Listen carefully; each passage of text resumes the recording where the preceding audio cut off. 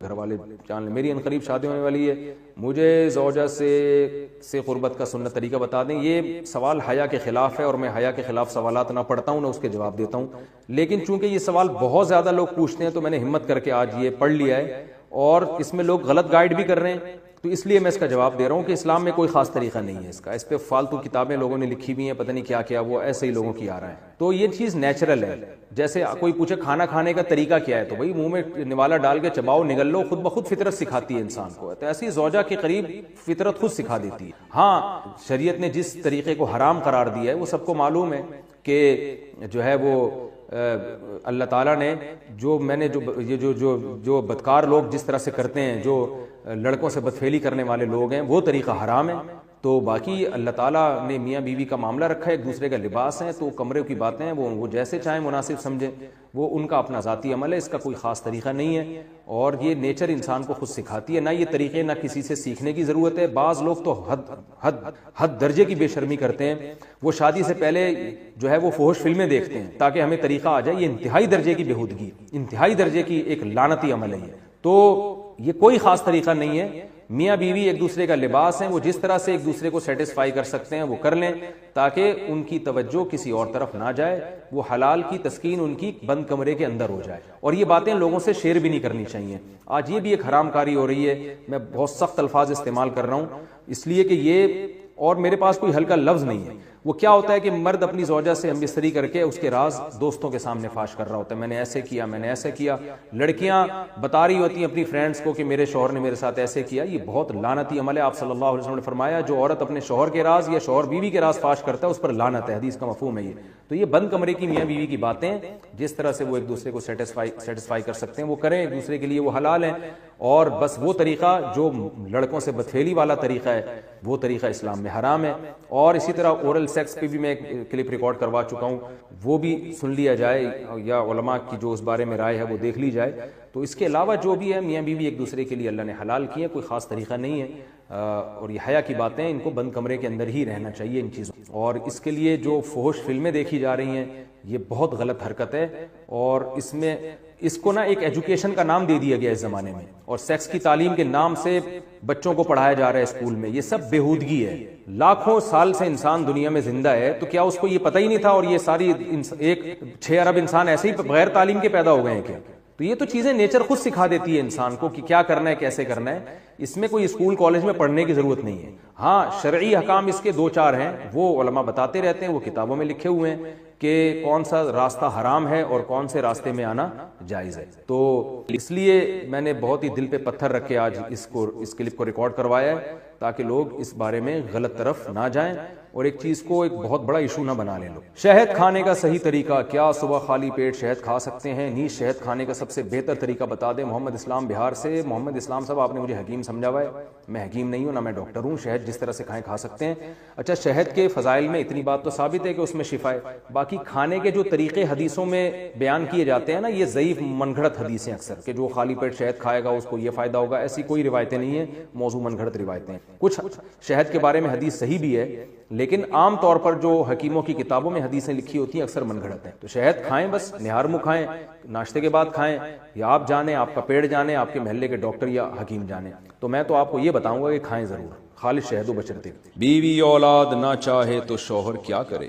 اگر بیوی اولاد نہ چاہے تو کیا کرنا چاہیے؟ میری ایک بیٹی بھی ہے جو 4 سال کی ہے، جب میں بیوی سے کہتا ہوں کہ ایک اور بچہ ہونا چاہیے تو وہ خوش نہیں ہوتی، وہ کہتی مجھے اور نہیں چاہیے، لیکن میں چاہتا ہوں کہ اور بچے ہوں، اس صورت میں مجھے کیا کرنا چاہیے؟ محمد سعد صاحب برطانیہ سے۔ اگر آپ کی وائف کو کوئی بیماری نہیں ہے خدا نخواستہ، کہ کوئی ماہرین یہ کہہ دیں کہ ان کے بچہ ہوا تو مرنے کا خطرہ ہے یا بہت شدید بیمار ہو جائیں گی، ایسی کوئی بیماری نہیں ہے، تو پھر وائف شوہر کی اجازت کے بغیر اولاد نہیں روک سکتی۔ نہ تو شوہر اولاد روک سکتا ہے بیوی کی اجازت کے بغیر، نہ بیوی اولاد روک سکتی ہے شوہر کی اجازت کے بغیر، اس لیے کہ نکاح کا جو ایگریمنٹ ہے نا، اس کی بیس اصل میں اولاد ہی ہے۔ قدرت نے مرد اور عورت کا جو ملاپ رکھا ہے، یہ بلکہ کسی بھی جنس میں، جانوروں میں بھی، پودوں میں بھی، جو نر اور مادہ کا ملاپ ہے نا، وہ اصل میں نسل کو بڑھانے کے لیے، اس کی ریزن ہی یہی ہے، اس کے علاوہ اور اس کی بنیادی وجہ ہے ہی نہیں کوئی۔ تو حتیٰ کہ نبی صلی اللہ علیہ وسلم نے جو صحابہ کو نکاح کے بغیر زندگی گزارنے سے روکا، اس کی وجہ بھی یہی ہے کہ یہ چیز نسل روکنے کا ذریعہ بنتی ہے۔ تو تبھی محدثین نے جو باب باندھا ہے نا نکاح کے فضائل پر، اس میں یہ کہ باب العلت التی نہی من اجلہ التبتل، اس ریزن کا بیان، اس وجہ کا بیان جس کی وجہ سے نکاح کے بغیر زندگی گزارنے سے منع کیا. تو اس میں یہ لکھتے ہیں، یہ حدیث لے کر آئے ہیں کہ اس کی بنیادی وجہ کیا ہے، جو آپ صلی اللہ علیہ وسلم نے فرمایا تزوجوا، نکاح کرو فانی مباہی بکم الامم، اس لیے کہ نکاح کرو گے تو نسل بڑھے گی اور میں تمہاری کثرت پہ فخر کروں گا. اس میں لوگوں نے ٹوپی ڈرامہ شروع کر دیا ہے کہ کوانٹٹی مقصد نہیں، اصل میں تو کوالٹی ہے. تو کوانٹٹی اور کوالٹی ایک دوسرے کے منافی نہیں ہے، یعنی یہ بات ہی غلط ہے کہ بچے زیادہ ہوں گے تو تربیت نہیں ہوگی، ایسی کوئی کہانی نہیں ہے.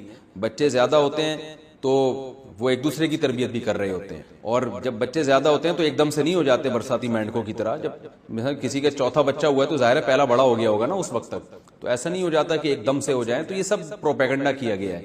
تو نکاح کا جو بنیادی مقصد ہے وہ ہے ہی نسل بڑھانا، وہ ہے ہی اولاد، اور یہ نیچر نے متعین کیا ہے. اس میں یہ کہنا کہ فلاں قوم یہ کہتی ہے، یہ فیملی پلاننگ والے یہ کہتے ہیں، یہ سب بالکل فضول باتیں ہیں، اس لیے کہ یہ آپ کو نیچر سے ہٹا رہے ہیں. تو ہر آدمی کو بھی اولاد کی ضرورت ہے، ہر عورت کو بھی اولاد کی ضرورت ہے، اور اس کے لیے ایگریمنٹ ہوتا ہے، دونوں ایک دوسرے سے نکاح کرتے ہیں اور اس کے نتیجے میں خاندان آباد ہوتا ہے. تو یعنی یہ اللہ کا بنایا ہوا نظام ہے، اس کو چینج نہیں کیا جا سکتا. اس لیے فقہا نے یہ بات بیان کی ہے، کیونکہ اسلام دین فطرت ہے، کہ جب نکاح ہی اس وجہ سے ہوا ہے تو اب دونوں میں سے کسی کو پرمیشن نہیں ہے کہ وہ ایک دوسرے کی اجازت کے بغیر اولاد روک لیں، کیونکہ یہ ایگریمنٹ کی مخالفت ہو رہی ہے. یہ اس کی مثال ایسے جیسے نکاح ہو گیا اور عورت رخصتی نہیں پہ آمادہ نہیں ہے، تو بھائی نکاح کا تو مقصد یہ تھا کہ اب عورت رخصتی کر کے شوہر کے گھر میں آئے گی، وہ نہیں آ رہی تو پھر نکاح کس بات کا نکاح ہے. تو اسی طرح جب نکاح ہو گیا تو اب یہ ایگریمنٹ خود بخود ہو گیا ہے کہ ہم اولاد دونوں پیدا کریں گے، اور اگر کسی ضرورت سے اولاد روکنی ہے تو دونوں کی رضا سے رکے گی اولاد. تو اس لیے نہ تو شوہر کے لیے جائز ہے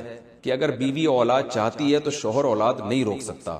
بہت سے ایسے کیسز آتے ہیں کہ عورت اولاد چاہتی ہے مگر شوہر نہیں ہونے دے رہا اولاد. خاص طور پہ دوسری شادی میں ایسے کیسز بہت آتے ہیں کہ مرد کہتے ہیں مجھے اولاد نہیں چاہیے جبکہ عورت کو اولاد چاہیے ہوتی. تو بلکہ یہاں تک بھی ہے کہ اگر عورت نے پہلے ایگریمنٹ بھی کر لیا نا کہ میں دوسری شادی کر رہی ہوں اس بیس پہ کہ مجھے اولاد نہیں چاہیے، اور بعد میں وہ کہتی ہے اب چاہیے، تو پھر شوہر پھر بھی اولاد نہیں روک سکتا. تو جیسے عورت کو اولاد چاہیے تو شوہر اولاد نہیں روک سکتا، تو اسی طرح شوہر کو اولاد چاہیے تو عورت اولاد نہیں روک سکتی. تو گناہگار ہو رہی ہیں، آپ اپنی وائف کو سمجھائیں. اور اصل میں پروپیگنڈا بہت کیا گیا ہے نا، تو اس پروپیگنڈے سے آج کل خواتین متاثر ہیں. تو ان کو بتائیں کہ اسی میں آپ کی صحت بھی ہے، آپ کی صحت بھی اچھی ہو جائے گی، اور آپ کو اللہ کی طرف سے ایک سہارا ملے گا، بڑھاپے کا سہارا ملے گا. گھر ابھی تو جوانی ہے، تو جوانی میں تو جو ہے نا سوچیں کچھ اور ہوتی ہے، لیکن یہ جوانی ڈھلکنے میں ٹائم نہیں لگتا، اور خواتین کی تو جوانی بہت جلدی ختم ہو جاتی ہے. یہ بات خواتین سن کے غصہ تو بہت کرتی ہیں، لیکن حقیقت یہی ہے کہ عورت پہ جوانی بہت جلدی ختم ہوتی ہے. تو اس کو تو اولاد کی ضرورت زیادہ ہے تاکہ اس کا گھر بھرا ہوا ہو، بچے بیٹے ہوں، بیٹیاں ہوں، بہویں ہوں، پوتے نواسے ہوں. لیکن وہ ان کو وہ لگ رہا ہوتا ہے کہ ہم جیسے ابھی ہیں قیامت تک ایسے ہی رہیں گے. تو ایسا نہیں ہوتا بھائی، فطرت سے اللہ کا واسطہ نہ لڑیں، اپنے فیوچر کو سامنے رکھیں، اولاد ملے گی. لوگ کہتے ہیں بگڑے ہوئے بچے نہ ہو جائیں، تو ہو سکتا ہے. میں اس لیے کہتا ہوں بھائی اتنے بچے پیدا کرو کہ اسپیئر میں 2-3 بگڑنے کے لیے بھی رکھو. میرا عمل حجت نہیں ہے، کوئی دلیل نہیں ہے کہ مفتی صاحب نے جلیبی کھائی ہے تو اب جلیبی کوئی صحت کے لیے اچھی چیز ہو گئی، یا نہیں کھایا کریں بازار کی چیزیں. میں بھی اوائڈ ہی کرتا ہوں، آپ بھی اوائڈ کریں، اجتناب کیا کریں. باقی پھر جب کر رہے ہیں تو پھر کھائی کیوں؟ تو میرا دل چاہ رہا تھا کھا لی میں نے، بس کیا کریں. کیا خیال